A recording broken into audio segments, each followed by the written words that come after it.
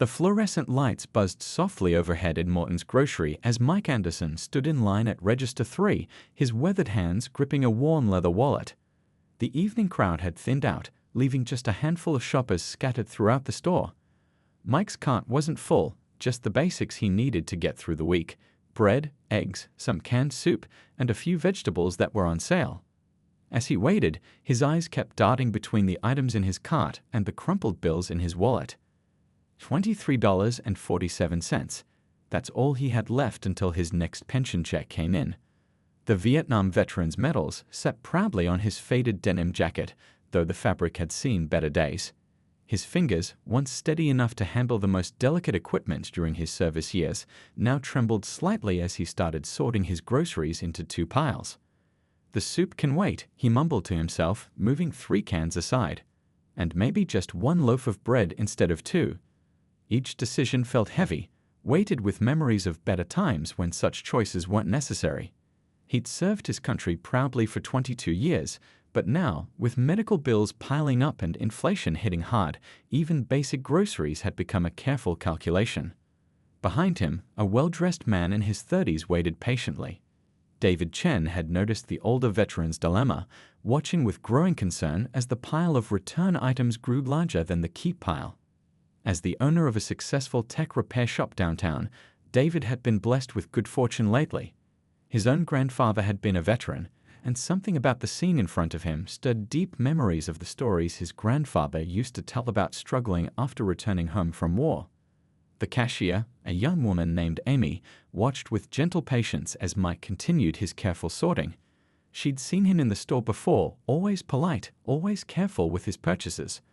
Sometimes he'd share stories about his grandchildren while she rang up his items, his face lighting up despite the obvious strain in his wallet. Mike's hands paused over a carton of eggs. They were on sale, but still more expensive than they'd been last month.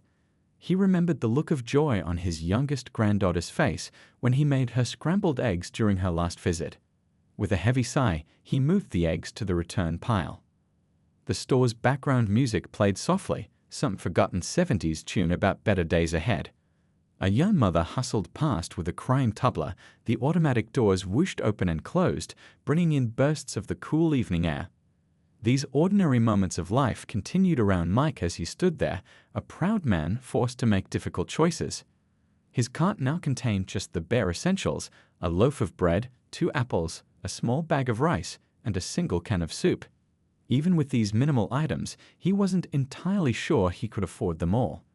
The fluorescent lights seemed to grow harsher as he squinted at the prices, trying to add them up in his head. In his jacket pocket, his phone buzzed, probably his daughter Lisa checking in on him. She worried about him living alone, always asking if he was eating well. He'd gotten good at changing the subject during their calls, never wanting her to know about moments like this. She had her own family to worry about, her own bills to pay. The metal cart handle was cool under his grip as he shifted his weight from one leg to the other. The old injury from Da Nang was acting up again, but pride kept him from showing any sign of discomfort. Years of military service had taught him to stand tall, even when things got tough. David watched all of this unfold, his heart growing heavier with each item Mike moved to the return pile. In his mind, he could hear his grandfather's voice. "Sometimes the bravest thing a person can do is accept help when it's offered." The words seemed to echo in the quiet space between songs on the store's radio. David couldn't stand it anymore. He'd been watching the older veteran struggle for the past 5 minutes, and each item placed in the return pile felt like a small heartbreak. Taking a deep breath, he stepped forward, his voice gentle but clear. "Sir," he said, "please let me help you with your groceries today." Mike turned around slowly, surprise flickering across his weathered face. His first instinct was to straighten his shoulders, just as he'd done countless times during his military years when facing uncertainty. "That's very kind of you, young man," he replied, his voice carrying a mix of dignity and hesitation, "but I couldn't possibly accept that." The cashier, Amy, pretended to be busy organizing her register, but her eyes kept darting between the 2 men. She'd seen plenty of people notice Mike's situation before, but most just looked away uncomfortably. This was different. "I insist," David said, stepping closer. He lowered his voice, speaking just loud enough for Mike to hear. My grandfather was a veteran too. He taught me that sometimes the strongest thing we can do is let others show their gratitude for our service. He gestured to the medals on Mike's jacket. Please, it would be an honor. A young couple in the next line pretended not to notice, but the cart had stopped moving forward. The store's music played softly in the background.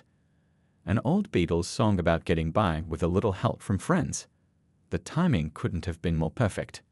Mike's hands, which had been gripping his wallet tightly, slowly relaxed.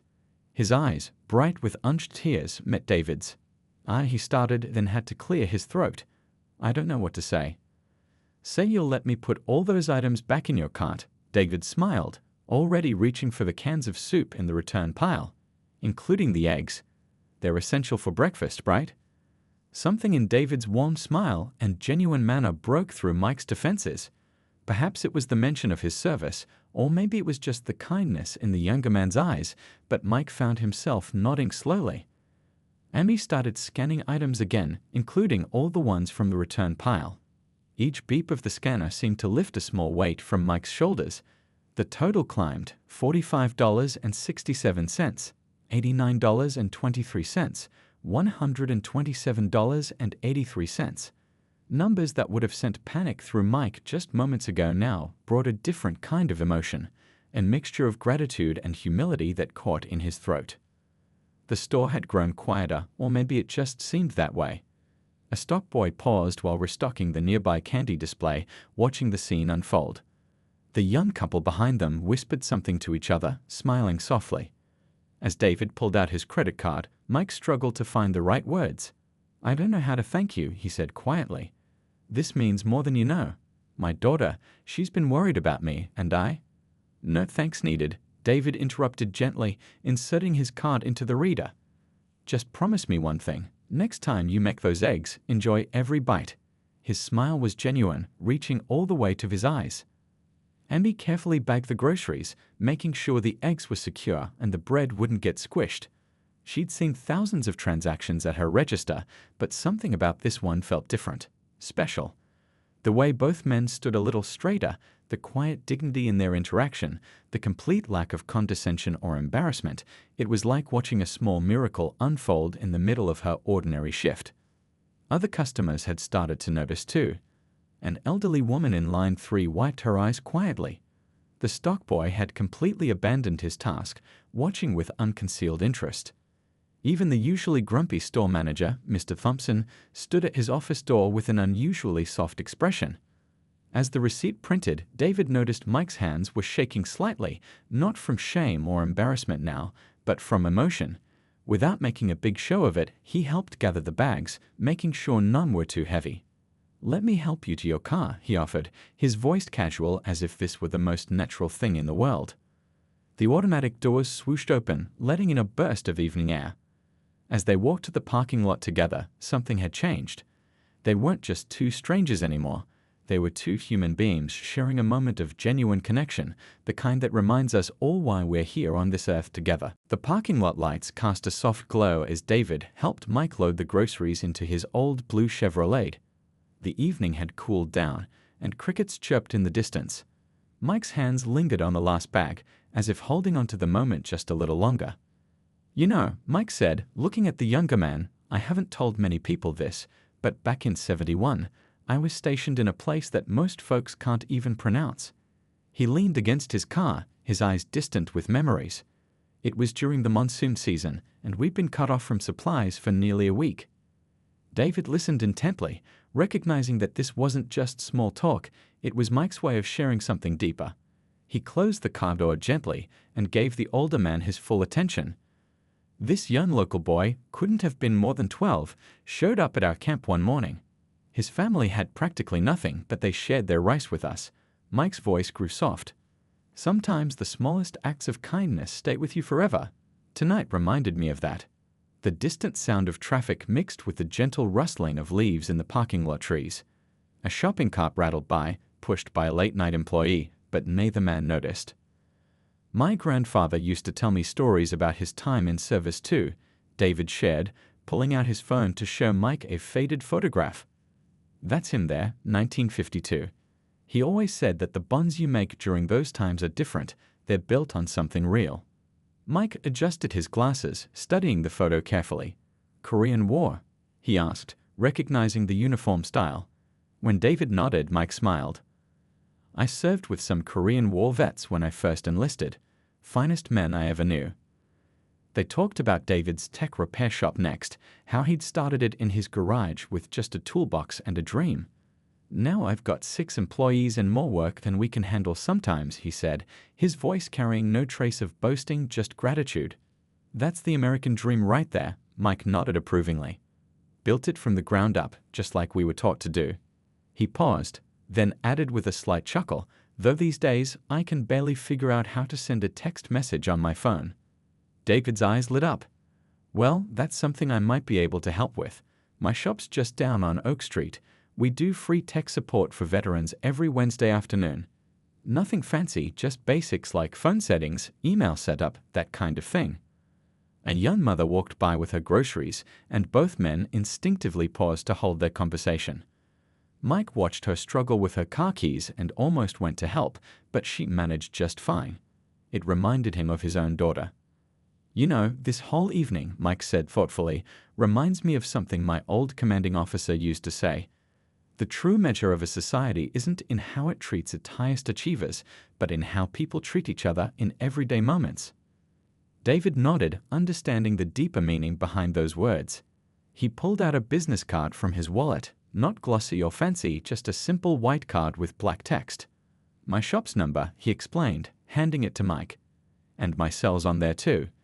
If you ever need help with anything, technology or otherwise, please don't hesitate to call. Mike took the card carefully, as if it was something precious. You know what's funny? He said, a slight smile playing on his lips. I came here tonight feeling like the world had gotten colder somehow. People too busy on their phones to look up, neighbors not knowing each other anymore. He carefully tucked the card into his wallet. But sometimes it just takes one person to remind you that there's still plenty of good out there.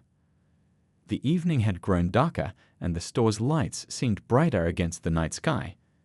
A cool breeze rustled through the trees, carrying the distant sound of a train whistle. It was just an ordinary evening in an ordinary parking lot, but something extraordinary had happened here. I'd better get these groceries home, Mike said finally, patting his pocket where he put the card. The eggs, you know. They'd both laughed at that, remembering their earlier conversation. As they shook hands goodbye, it wasn't just a handshake between strangers anymore. It was a connection between 2 generations, 2 different life experiences, brought together by a simple act of kindness in a grocery store. Neither man knew it yet, but this was just the beginning of something much bigger than both of them. The next morning dawned bright and clear, and Mike found himself walking into David's tech repair shop just as the morning rush was starting. The small bell above the door chimed as he entered, and the smell of fresh coffee filled the air. 3 customers were already waiting, their broken phones and laptops carefully placed on the counter. Good morning, a young technician called out. Be with you in just a minute. The shop was smaller than Mike had imagined, but incredibly neat. Organized shelves lined the walls, filled with parts and tools. A few comfortable chairs sat in the waiting area, and newspaper clippings about local events decorated one wall. While he waited, Mike struck up a conversation with a middle-aged woman holding a cracked iPad.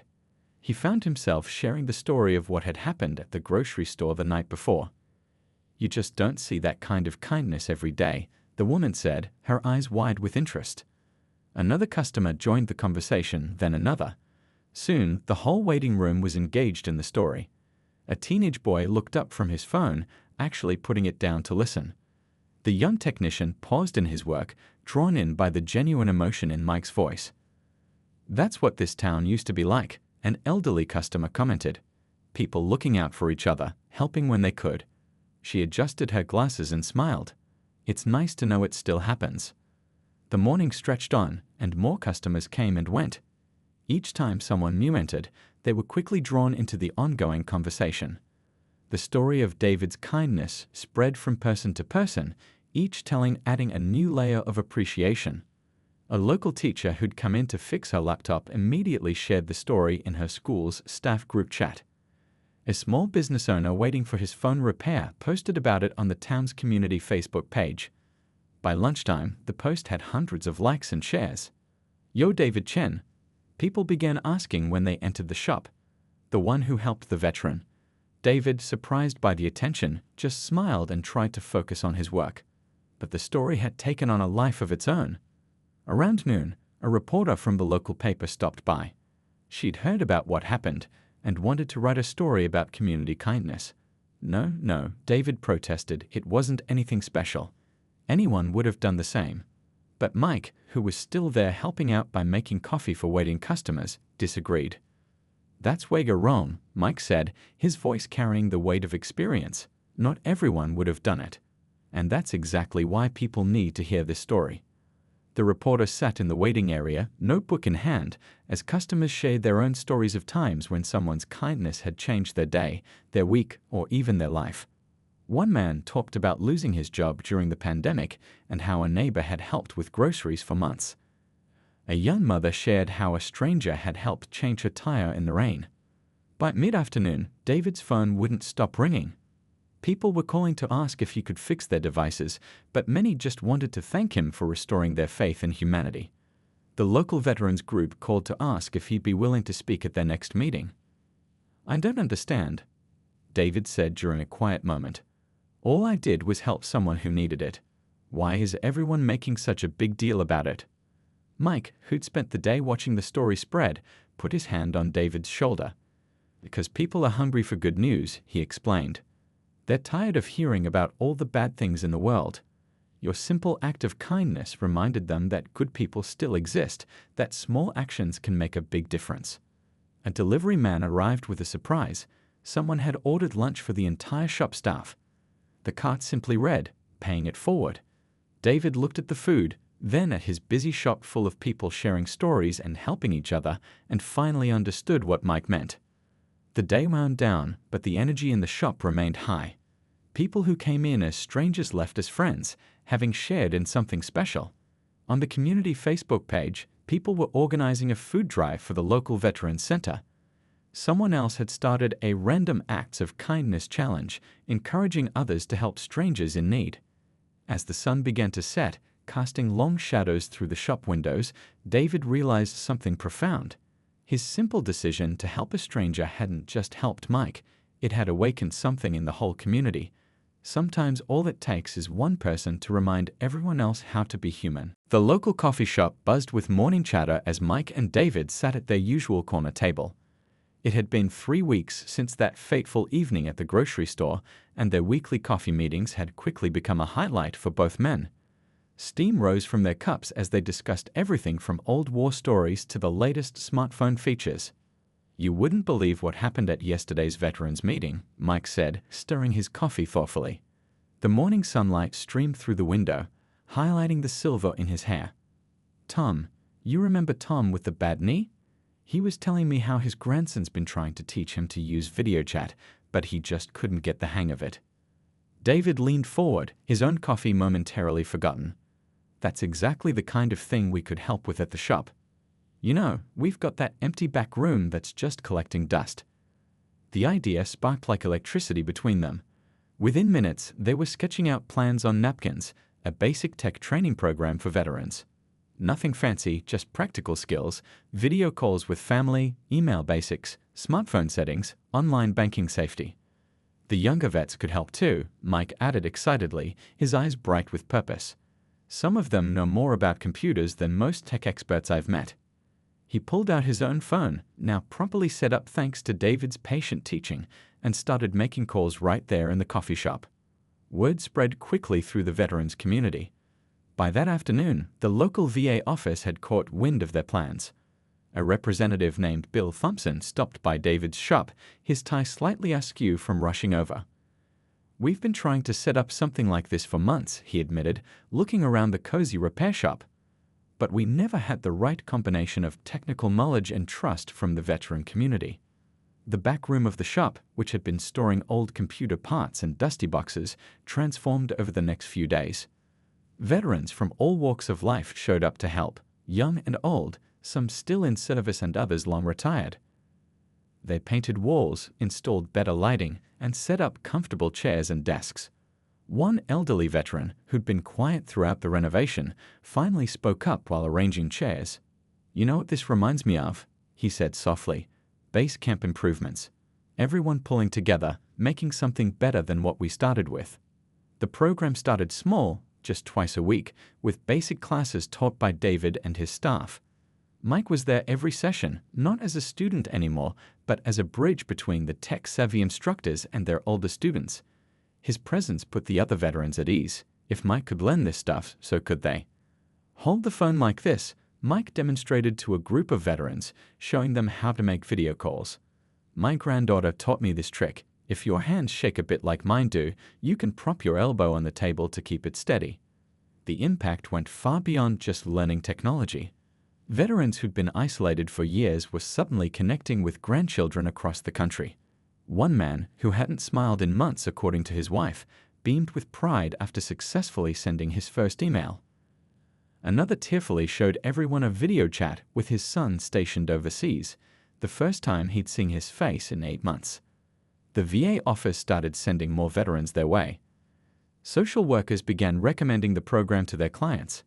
Even the local library asked if they could partner for some sessions. The simple idea of teaching tech skills had bloomed into something much more meaningful, a community where veterans could feel understood, respected, and supported. David watched it all with amazement.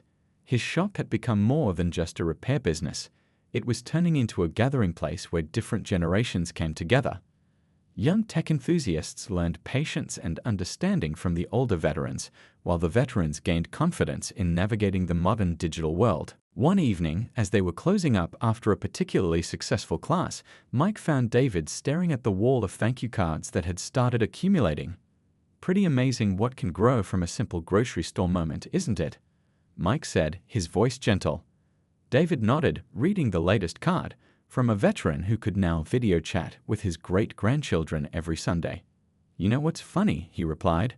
"I thought I was just helping one person that night, but really I was learning something too. About connection, about community, about what really matters." The setting sun cast long shadows through the windows, but the shop was filled with a warmth that had nothing to do with the weather. It was the warmth of purpose, of bridges being built between generations, of lonely hearts finding connection in an increasingly digital world. The local VA office bustled with activity one sunny Tuesday morning. Bill Thompson, the VA representative, stood before a room packed with veterans, family members, and community leaders. The excitement in the air was almost tangible as he gestured to the presentation screen behind him. "What started as a simple act of kindness in a grocery store," Bill began, his voice carrying to the back of the room, "has grown into something extraordinary." The screen showed photos of David's tech repair shop, now transformed into a thriving community center for veterans. In the front row, Mike sat with perfect military posture, though his eyes were a bit misty.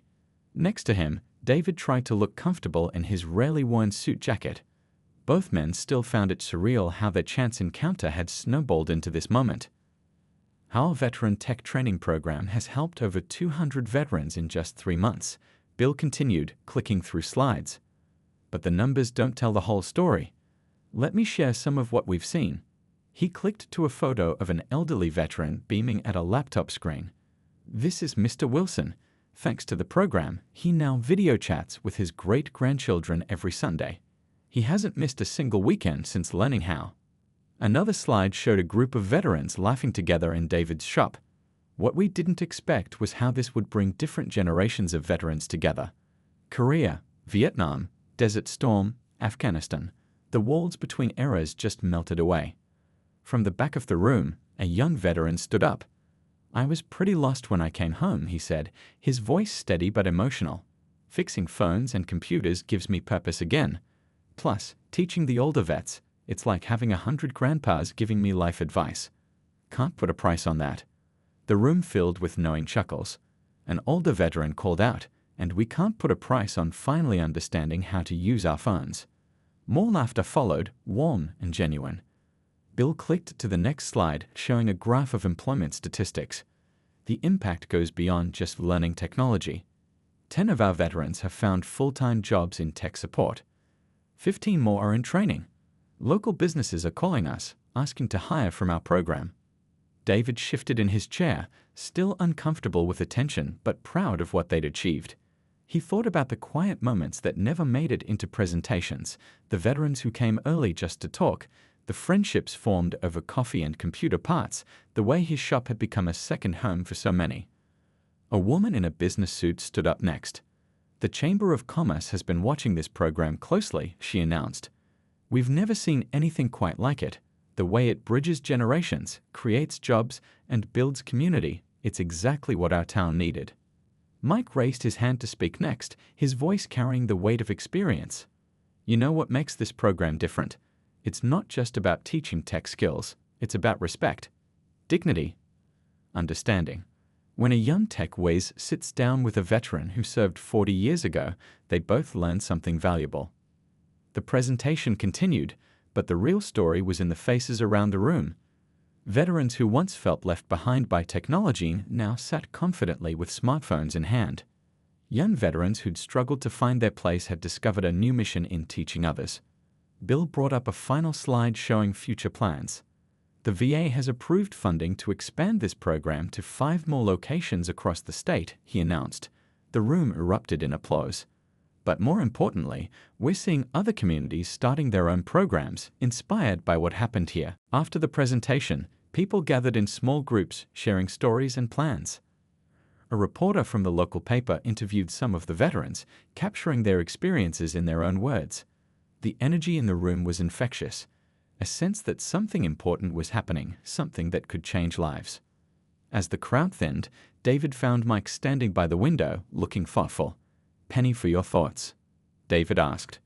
Mike turned, a slight smile on his face. "You know what gets me? All this started because you decided to help a stranger buy groceries. Makes you wonder how many other small acts of kindness could change the world if we just gave them a chance to grow." Outside, the afternoon sun painted the sky in warm colors. Through the window, they could see veterans leaving in groups, still talking animatedly about the future. Some headed to David's shop for the afternoon training session. Others make plans to meet for coffee later. "You know what the best part is?" David said quietly. "This isn't just a program anymore. It's become a family, and it keeps growing every day." The grand opening of the second tech repair shop dawned bright and clear exactly 1 year after that fateful evening at the grocery store.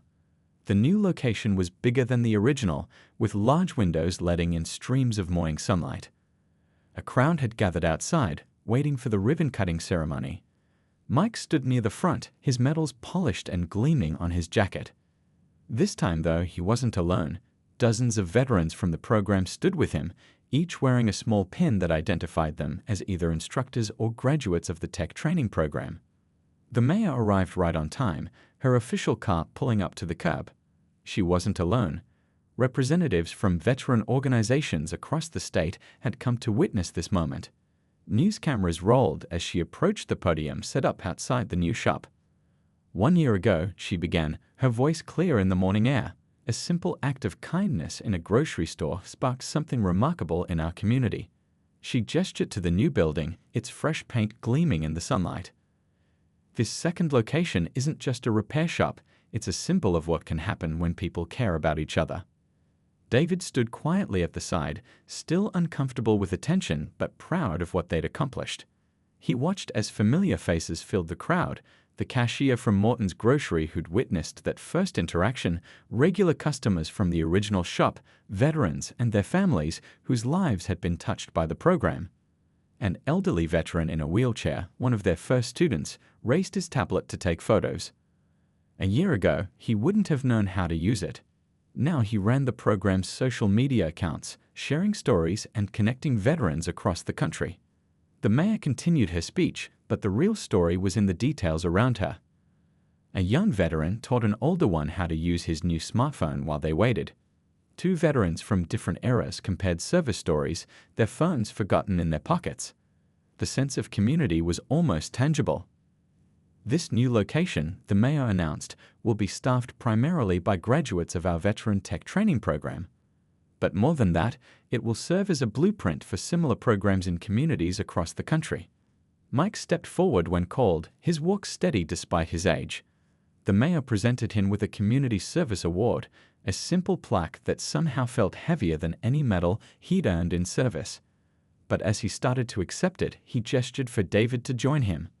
"This award," Mike said into the microphone, his voice strong and clear, "belongs to everyone who believed in second chances, in the power of community, in the idea that it's never too late to learn something new." He looked at the crowd, recognizing so many faces. "A year ago, I was a lonely veteran struggling to keep up with a changing world. Today, I'm part of something bigger than myself." David stepped up next, accepting his own award with characteristic humility. "You know," he said, looking at the gathered crowd, "people keep calling me generous for helping a stranger that night in the grocery store. But the truth is, I'm the one who received the greatest gift, the chance to be part of this incredible community."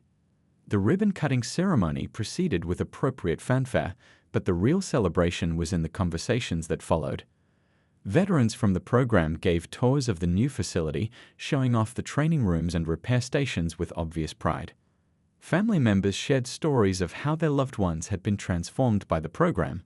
Later that afternoon, as the crowd thinned and the excitement settled, Mike and David found themselves back at Morton's grocery. They walked to the same checkout line where their story had begun, this time to buy supplies for the shop's break room. The same cashier, Emmy, was there. She smiled broadly when she saw them. "I still tell people about that night," she said as she rang up their items. "About how one kind act can change everything." David pulled out his wallet to pay, just as he had a year ago. But this time, someone behind them stepped forward. "Let me get that," the stranger said. "Consider it paying it forward."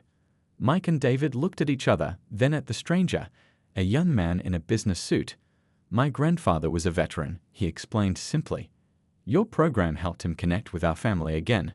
This is the least I can do." As they left the store, bags in hand, Mike paused in the parking lot. The setting sun painted the sky in shades of orange and pink, just like that evening a year ago. "You know what's amazing?" he said thoughtfully. "That night, we thought we were just solving a problem with groceries. We had no idea we were actually building a bridge to something much bigger."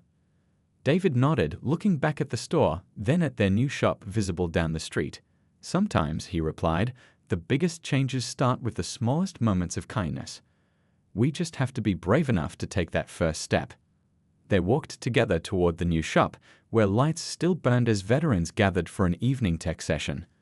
The sound of laughter and conversation drifted out into the twilight, a reminder that sometimes the best endings are really just new beginnings.